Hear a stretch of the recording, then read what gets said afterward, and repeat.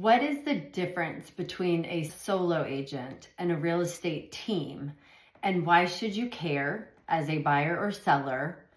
And what is best for you? Well, I'm here to answer those questions for you because with 21 years of experience selling residential real estate, I have actually a lot to say about it. And back in the day when I started and I saw some of the real estate teams out there, I always thought that I didn't want to be a part of a team, nor did I ever want to start a team of my own. And in time, that has changed for so many reasons. So I thought I would explain why I decided to form a team and what that means for you and how that's different than a solo agent. When I started out in real estate, I started out as a solo agent. I was not on a team. I had to learn everything from my mentor by asking questions, following her around, going over contracts with her. The internet was out there, but it really wasn't a thing. It really wasn't something that we used on a daily basis. We had contracts that we would fax to agents, but when I first started, we would hand deliver paper contracts or paper offers in a manila envelope to the agent's office or their house, wherever they wanted it. It was a crazy time. And so you couldn't do as much business. And the business you did do was very labor intensive. It's still very labor intensive now, almost more so, but the tides have totally turned. So I did everything. We also didn't have the internet and we didn't have the marketing that we have now. And that makes a huge difference in the real estate job itself. And that kind of plays into why you need a team and why a team is better than just being a solo agent. So I always did this job by myself for years and years until maybe, 9 years in, 8 years in. I decided to get an assistant because the world was changing. We needed more internet representation, so there was a whole nother side to the business that we had to learn. So I got an assistant, and the assistant was first part-time, and then I got a full-time assistant, and I kind of worked into that role. Because my job as a single agent and as an agent with a team now has been customer service all day long, number one. And number two, providing a great experience by knowing the contract, knowing what could happen, the pitfalls of a contract, understanding what you need to do for a seller in order to get the home to the settlement table and what problems can arise. All of that is my job as a real estate agent. Not to mention, I have to find the business. So there's a lot to the job, but my number one priority is taking care of the client. We'll fast forward to now 2025, and in order to take care of the client at a high level, that also means massive amounts of marketing. Marketing for what you need for your buyers, marketing for what you need for your sellers in order to sell a house. You can't just put a sign in the yard and hope that people driving by see it. Way back in the day, that's how it happened. And you had some print advertising, and that was it. You had to talk to your agents, you had to get the word out there about your house and maybe hold a broker's open, but it was a very different market. Therefore, you had so much time to give to your clients. As things progressed and as the internet became more and more available and accepted and used, the things that us real estate agents needed to do became even more so. So not only does our phone ring 24/7, not only do we get texts, but we get emails and we get messaged through social media. And if you have an Apple Watch, which I don't, because I feel like I have a cell phone, I have the internet, I have social media, I don't need it on my wrist. But as all these things are out there, the market moves like this. And buyers and sellers can find what they need online. But that doesn't mean that they don't need a really great agent. So my team has grown and risen from basically a shift of the internet. So I then moved here, started my business over, here being Charleston, South Carolina, and started my business over. And same thing, I had to grow my business the same way I did in Maryland. And I got myself a full-time assistant who's been with me now for almost 6 years. And I have a full-time marketing associate. Well, that means I'm actually paying 2 salaries. So if I'm paying 2 salaries, I need to make sure that I have the sales to pay these people the money that I have offered them. And in order to do that, I need to make sure that my customer service is still there. And that's always been my priority, as I said. So I then decided, with a lot of inner friction, that it was time to get some agents on my team.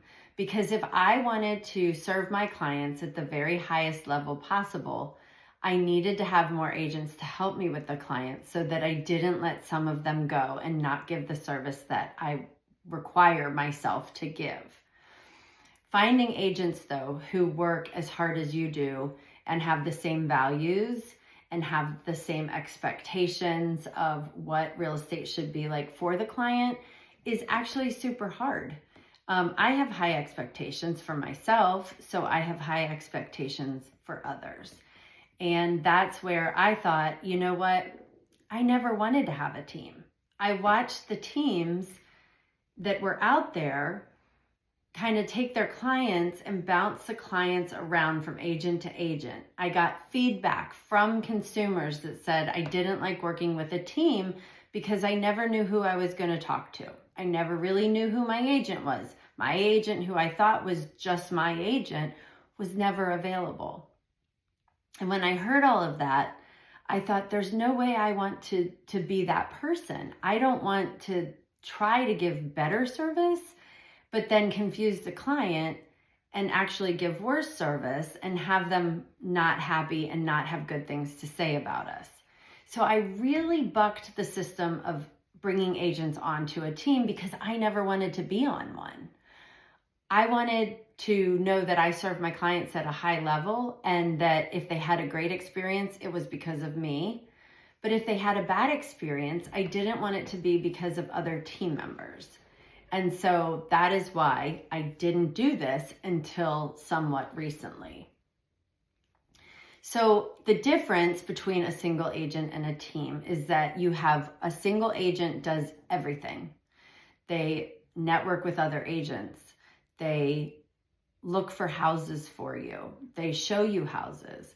They market to the consumer, to other consumers, saying, hey, this is what I need for my buyers. I can't find it. Who out there is selling? They're doing all of this while trying to find business and keep up with continuing education, understanding their contracts, and getting back to their clients in a timely manner. And that is great if you don't have a lot of business. If you don't have a lot of business, it's actually manageable. And I still think it's hard. I think being a single agent is the hardest job out there. But it's manageable if you're not operating on a super high level or high volume. So, and it's great for the consumer. You always know who you're getting. However, I started realizing that the more clients I got, the more phone calls I would get. But I would be on appointments. And if I was on appointments, I wasn't answering my phone. And if I'm not answering my phone, then clients could be getting frustrated. But I was actually giving 110% to the people I was with. So I thought, you know what? I do need this assistant. She does need to be available for my clients. She's not licensed. She's not the realtor. I am the realtor. But she's there to answer questions, and she's there if something goes wrong so that my clients can reach out and say, hey, I need help. And because of that, I realized that a team was really the way to go. So in getting more agents and getting agents on the team, I now have a full-fledged team. There's Zurilla Associates, like I said, with a full-time assistant and a full-time marketing person. They take care of marketing the houses that we have for sale and helping us find houses for the buyers who can't find what they're looking for just out on the MLS. So it's a lot of hunting and digging and looking. Then I have 2 other agents on my team that I think are fantastic. They are very different than me, and they are very different from each other, but we each bring the same core values and the same expectations of great customer service. We understand that this is a very tough thing to buy a house. It's emotional. You're usually going through something good. You could be going through something bad, death or divorce. You could have a baby and your family's expanding. You could be moving out of state or just moving because you have a new job and you need to make a move that you didn't expect to move. It's very emotional.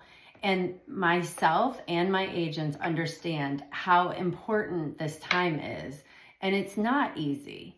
And it's okay. We're here to be a support. So now Lauren Zurilla and Associates looks like 3 agents, 2 support staff, and we are all here to help you. But the difference is we're not passing you around.